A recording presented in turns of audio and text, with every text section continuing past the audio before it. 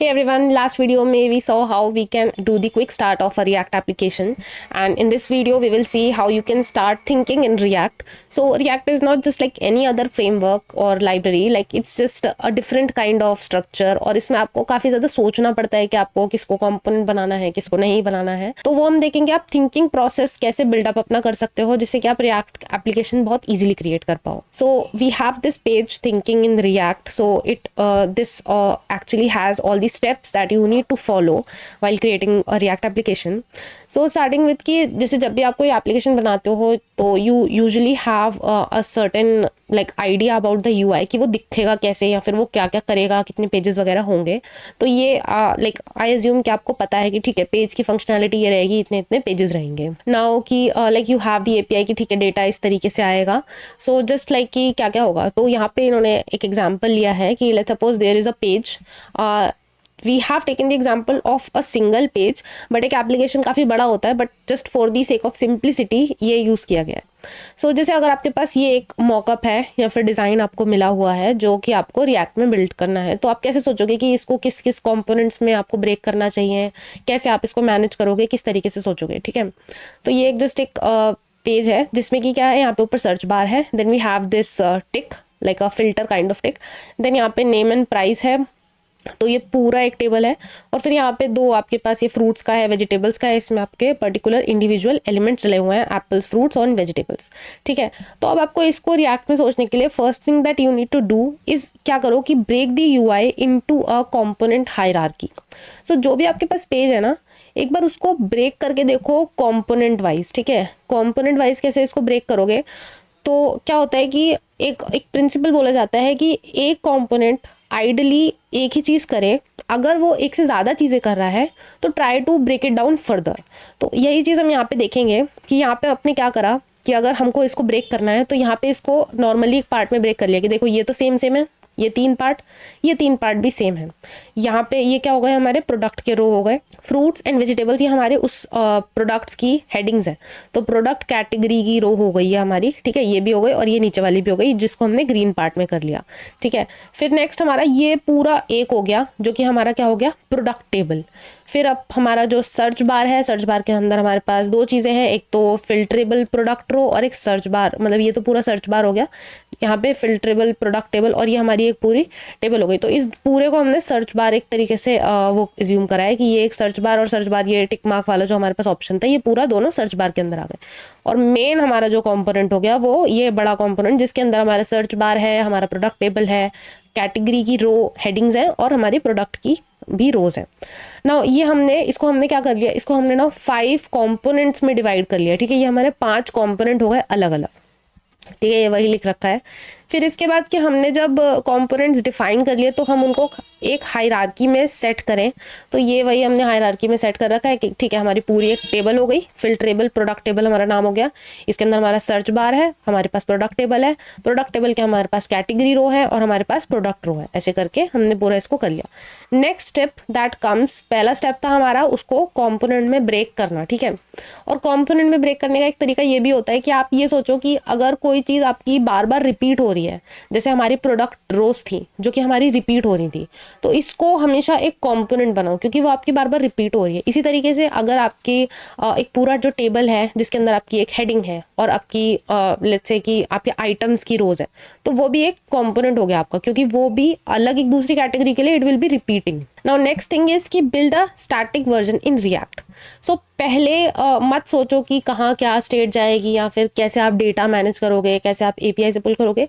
Just think it in very simple manner कि किस तरीके से आप एक स्टैटिक वर्जन बनाओगे उसका। स्टैटिक वर्जन मतलब कुछ डेटा वगैरह आपको नहीं सोचना, सिर्फ जस्ट स्टैटिक वर्जन। तो स्टैटिक वर्जन में आप नॉर्मल क्या रखोगे, सब कुछ स्टैटिक रखोगे। जैसे यहाँ पे आप देखोगे तो दे हैव क्रिएटेड इट कि पहले इन्होंने एक ये कॉम्पोनेंट बनाया, प्रोडक्ट कैटेगरी रो। ठीक है, जिसके अंदर जस्ट एक रो है और इसके अंदर हमारा एक हेडिंग है और हमारी कैटेगरी लिखी हुई है। ठीक है, ये हमारी कैटेगरी रो बन गई। प्रोडक्ट रो जिसके अंदर हमारी डिफरेंट TR रहेंगी, जिसमें कि एक TD नेम और उसका प्राइस, वही जो हमारे जो काफ़ी सारे आइटम्स आ रहे थे ना, वही बनाया प्रोडक्ट रो। फिर प्रोडक्ट टेबल, अब टेबल के अंदर क्या हो रहा है, टेबल के अंदर जितने भी प्रोडक्ट्स होंगे, ठीक है, देखो ये टेबल ये हमारा रिटर्न के बाद हमारा HTML स्टार्ट होता है, उससे पहले लॉजिक होता है, ये पूरा लॉजिक है। ठीक है, तो यहाँ पे देखो टेबल है प्रोडक्ट, फिर इसके अंदर हमारा T हेड है, फिर हमारा TR, ये बिल्कुल देखो स्टैटिक रखा है इन्होंने कि नेम क्या होगा, प्राइस क्या होगा, और इसके अंदर हमारी टी बॉडी के अंदर हमारी सारी रोज आ रही हैं। सर्च बार का एक अलग हमारा कंपोनेंट है जिसमें हमारा टिक बॉक्स भी था और हमारा एक इनपुट था, ठीक है। ये हमारी दो चीज़ें इसमें आ गई। अब हमारा पूरा जो कंपोनेंट मेन बाहर वाला कंपोनेंट बन रहा था वो हमने लिख दिया। फिर नीचे तो जस्ट हमारे API का डेटा है। तो ये हमारा पूरा ऐप बन गया जिसमें कि हमने इसको 5 कंपोनेंट्स में स्टैटिकली तोड़ा है। अभी हम उसका लॉजिक नहीं सोच रहे, ठीक है। यहाँ पे ये जो लिखा है जस्ट नॉर्मल ऐसा CSS वगैरह लगाई है, ज़्यादा लॉजिक नहीं सोच रहे इसका। जैसे ये प्रोडक्ट टेबल है, यहाँ पे आपने क्या करा, हर प्रोडक्ट के लिए एक रो बना दी, ठीक है। और यहाँ पे जस्ट उन रोज को ऐड कर दिया है। देखो प्रोडक्ट्स, जितने भी प्रोडक्ट्स हैं, और प्रोडक्ट्स कहाँ से आ रहे हैं, इसके प्रोडक्ट्स कहाँ से आ रहे हैं, ये हमारे क्योंकि हमको यहाँ पे रिसीव हो रहे हैं। तो यहाँ पे जब भी हमें डेटा रिसीव होता है तो यानी कि वो इसके किसी पेरेंट से आ रहा होगा। तो प्रोडक्ट टेबल हमारा देखो यहाँ पे, जहाँ पे हमारा सर्च बार है ना, यहाँ पे यूज़ हो रहा है। तो देखो यहाँ पे हमारे प्रोडक्ट्स हम यहाँ से भेज रहे हैं, यहाँ से हमने प्रोडक्ट्स को भेजा है, और जिसको कि हम फिर यहाँ पे प्रोडक्ट टेबल के अंदर रिसीव कर रहे हैं। तो देखो यहाँ पे हमने प्रोडक्ट टेबल के अंदर इन प्रोडक्ट्स को रिसीव करा, रोज का एक एरे बनाया, ठीक है। और कैटेगरी को अभी नल रखा, लास्ट कैटेगरी को। फिर प्रोडक्ट्स, हर एक प्रोडक्ट के लिए हमने क्या करा, एक रो क्रिएट कर ली। तो हमने हर एक कैटेगरी के लिए हर एक उसके लिए एक रो क्रिएट कर ली, फर्स्ट रो एक कैटेगरी की हेडिंग के लिए, और फिर हमने उस एरे में पुश कर दी हो। देन हमने क्या करा, प्रोडक्ट रो भी हमको पुश करनी पड़ेंगी जितने भी हमारे प्रोडक्ट्स आ रहे होंगे, और ये प्रोडक्ट रो भी हमने यहाँ पे आगे ऐड कर दी। फिर बस हमने इसको यहाँ पे भेज दिया, यहाँ पे बॉडी के अंदर हमने सारी रोज डाल दी। तो ये हमारा एक पूरा कॉम्पोनेंट बन के तैयार हो गया। नाउ ये था हमारा सेकेंड स्टेप जिसमें कि हमने स्टैटिक वर्जन बनाया इसका। ज़्यादा अभी नहीं सोचा कि कहाँ क्या चीज़ रहेगी, जस्ट एक नॉर्मल वर्जन बना लिया। Now going to the next step, that is step number 3, find the minimal but complete representation of UI state. Now state क्या होती है, स्टेट मैंने लास्ट वीडियो में भी बताया था कि स्टेट इज समथिंग कि जो चेंज हो रहा है और आपको उसका ट्रैक रखना है, ठीक है। कि रिएक्ट में क्या होता है कि it keeps on tracking the states, कि क्या पहले स्टेट थी, क्या अभी स्टेट है, तो उसका आप ट्रैक रखते हो। तो यहाँ पे आपको क्या करना है, आपको ये सोचना है कि ऐसा कौन सा डेटा है, ऐसा कौन सी इंफॉर्मेशन है, कौन सा डेटा है जो कि चेंज हो सकता है या फिर जो कि बार बार चेंज होगा। जैसे कि जो लिस्ट ऑफ प्रोडक्ट्स होगी वो ऐसी चीज़ नहीं है जो आप यूज़र एक्सचेंज करेगा, वो तो जस्ट उसको एक बार रिसीव होगी, ठीक है। सर्च बॉक्स का जो आपका इनपुट जाएगा, it can keep on changing. फिर उसके बाद जो चेक बॉक्स की वैल्यू होगी वो भी आपकी चेंज होगी, कोई भी टिक लगा सकता है, कभी नहीं लगा सकता। फिल्टर ऑफ प्रोडक्ट्स, जो प्रोडक्ट की लिस्ट है, हो सकता है वो फिल्टर लगाए तो वो चेंज हो जाए। तो इस तरीके से कुछ कुछ चीज़ें होंगी जो कि चीज़ें चेंज हो रही होंगी, और कुछ चीज़ें होंगी जैसे प्राइस हो गए वो चेंज नहीं होंगे इस तरीके से कि उसने कुछ ऐसा किया जैसे कि प्राइस चेंज हो गए। तो आपको क्या करना पड़ेगा, you have to think minimal way आपको ढूंढना है, जिससे कि जो UI स्टेट्स की कहाँ कहाँ पे क्या क्या चीज़ें चेंज हो सकती हैं, कहाँ कहाँ पे कौन सी चीज़ें नहीं चेंज होंगी। जैसे कि अगर कोई चीज़ अनचेंज्ड है, कोई चीज़ कभी चेंज नहीं हो रही, तो वो एक स्टेट नहीं है। बट अगर कोई चीज़ चेंज हो रही है over the period of time user के किसी एक्शन की वजह से, तो वो हमारी एक स्टेट बनेगी, ठीक है। फिर इसके बाद यहाँ पे जस्ट वही सारी चीज़ें एक्सप्लेन करी गई हैं। नाउ प्रॉप्स वर्सेस स्टेट एक चीज़ होती है। तो प्रॉप्स आर मेनली जो हमको पेरेंट कंपोनेंट से चाइल्ड कंपोनेंट में रिसीव होती है। प्रॉप्स जो होती है, it's just the data transfer, उसमें हम चेंज वगैरह कुछ नहीं करते, वो जस्ट एक पेरेंट अपने चाइल्ड को दे देता है। स्टेट इज समथिंग जिसका कि ट्रैक रखना पड़ता है और जो कि चेंज होती है इन वेरी सिंपल लैंग्वेज, ठीक है। फिर आपको जब आपको ये पता चल गया कि ठीक है, this is a prop, this is a state, इसका मेरे को चेंज रखना है, ये चीज़ चेंज हो सकती है, ये चीज़ नहीं हो सकती। जैसे फॉर सर्च बॉक्स आपको पता चल गया कि ये ठीक है, ये input it will keep on changing, but जो प्रोडक्ट्स की लिस्ट है या फिर प्रोडक्ट्स के प्राइस हैं, प्रोडक्ट्स के अंदर जो जो आपके एंट्रीज हैं, लाइक उसका ID, उसका नेम, उसका price, it will not change. तो it is not a state, but the text input वो एक स्टेट हो गया आपका, ठीक है। नाउ नेक्स्ट स्टेप कि आपको ये देखना है कि वो स्टेट्स जो है वो कहाँ पर आपको स्टोर करनी है। लास्ट वीडियो में हमने बटन का एग्जांपल देखा था कि कई बार आप चाहते हो कि जो दो चीज़ें हैं, अगर आपका सेम कंपोनेंट है, तो अगर आप चाहते हो कि दोनों इंडिपेंडेंटली वर्क करें, उसकी स्टेट अलग, उसकी स्टेट अलग, तो आप जो स्टेट का लॉजिक है वो आप उस कंपोनेंट में यूज़ करोगे। बट इन केस आप चाहते हो कि नहीं, आपको उसको सारे कंपोनेंट्स के अंदर आपको एक ही चीज़ वही रखनी है, तो फिर आप क्या क्या करोगे, उसके पेरेंट में मूव कर दोगे उसका सेट होना।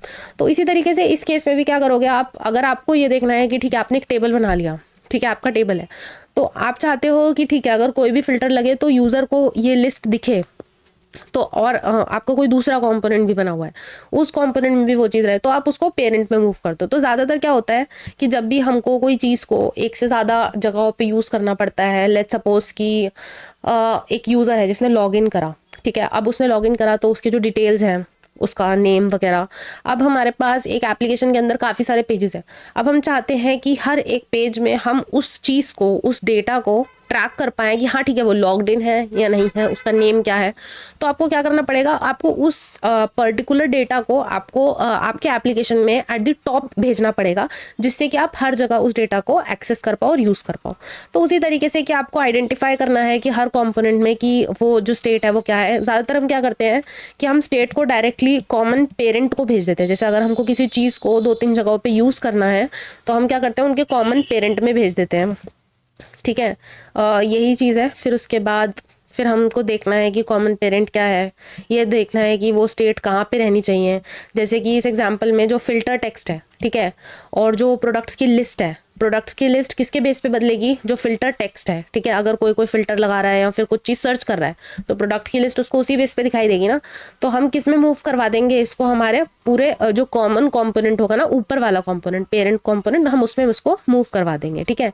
देखो यहाँ पे देखो कि फिल्टरेबल प्रोडक्ट में यहाँ पे हमने set filter text in stock only, यहाँ पे ये दो चीज़ें जो थी हमने इसको पेरेंट में यहाँ पे मूव करवा दी, और यहाँ पे हम क्या ले रहे हैं, प्रोडक्ट ले रहे हैं। तो इसी तरीके से filter text is search bar as props, और ये क्या कर रही हैं, ये जो चीज़ें हैं ये इन दोनों को जो हमारा प्रोडक्ट टेबल है और सर्च बार टेबल है, इसको देखो यहाँ पे प्रोडक्ट्स को, प्रोडक्ट टेबल है उसको प्रोडक्ट्स कहाँ से मिल रही हैं, उसको उसके पेरेंट कॉम्पोनेंट में मिल रही हैं जहाँ पे ये डिसाइड हो रही हैं, ठीक है। नेक्स्ट हमारा हम आ जाते हैं लास्ट स्टेप में इसके, जो कि है हमारा ऐड इनवर्स डेटा फ्लो। अब क्या होता है, ठीक है, आप मेन कंपोनेंट से नीचे प्रोडक्ट्स दे रहे हो, ठीक है, कि चाइल्ड वाला कंपोनेंट आपके प्रोडक्ट्स को शो करेगा। कई बार क्या होता है, चाइल्ड कंपोनेंट से आपके पेरेंट कंपोनेंट को भी कुछ डेटा जाना होता है। तो आप, हमने अभी देखा था कि जो प्रॉप्स होती हैं वो इम्यूटेबल होते हैं, उनको हम चेंज नहीं कर सकते, ठीक है। तो फिर आप कैसे भेजोगे जो चाइल्ड है उससे पेरेंट में डेटा, वो आप भेजते हो यूजुअली इस तरीके से कि आप जब प्रॉप भेजते हो ना, जिस तरीके से आप प्रॉप भेज रहे हो उस तरीके से आप क्या कर दो कि जो सेट फिल्टर टेक्स्ट या फिर सेट, इसी से ही तो हम अपडेट करते हैं ना अपनी चीज़ों को, तो इसको भी आप क्या कर दो, उसी के साथ ही एज अ प्रॉप भेज दो। तो जब भी आपको किसी चाइल्ड से चेंज करना हो, अपडेट करना होगा, तो आप यूजुअली क्या कर पाओगे, इसका यूज़ करके कर पाओगे। जैसे यहाँ पे देखो इनपुट है, here we have the input, तो इनपुट में ऑन चेंज पे क्या लगा दिया, ये ऑन फिल्टर टेक्स्ट चेंज, ठीक है। तो यहाँ पे यूज़ कर लिया। अब जो भी चेंज होगा वो ऊपर चला जाएगा, और ऊपर चला जाएगा तो फिर ऊपर दोबारा से फिल्टर होके प्रोडक्ट्स नीचे आने लगेंगे। सो ये एक नॉर्मल एक गाइडलाइन थी कि आप किस तरीके से सोच सकते हो और रिएक्ट में किस तरीके से आप कंपोनेंट डिज़ाइन कर सकते हो। ये एक ऐसी चीज़ है जो आपको एक बार पढ़कर तो नहीं आएगी, जब आप धीरे धीरे 4-5 प्रोडक्ट इस पे प्रोजेक्ट्स बना लोगे तब आपको थोड़ा ग्रास्प आ जाएगा, ठीक है, कि इस तरीके से you will be able to design. तो ऐसे कुछ इसमें याद करने वाला नहीं है, जस्ट इसको अपने जितना समझ लिया उतना बहुत है, that is more than enough, and that's it for this video. I will see you in the next video with one another topic of React series. Thank you so much for watching.